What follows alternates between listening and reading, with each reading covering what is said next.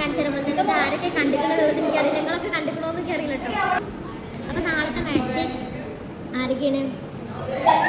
പോർച്ചുഗലും സ്പെയിനും കൂടെയാണ്. അപ്പോൾ മാച്ചിൻ്റെ ഇതാണ്. അപ്പോൾ ഇതവിടെ കാണിക്കും. അപ്പോൾ നമുക്കൊരു ടീമിൽ ജോയിൻ ആവാം. ഞാൻ ഇപ്പോൾ പോർച്ചുഗൽ കൊടുക്കുകയാണ്.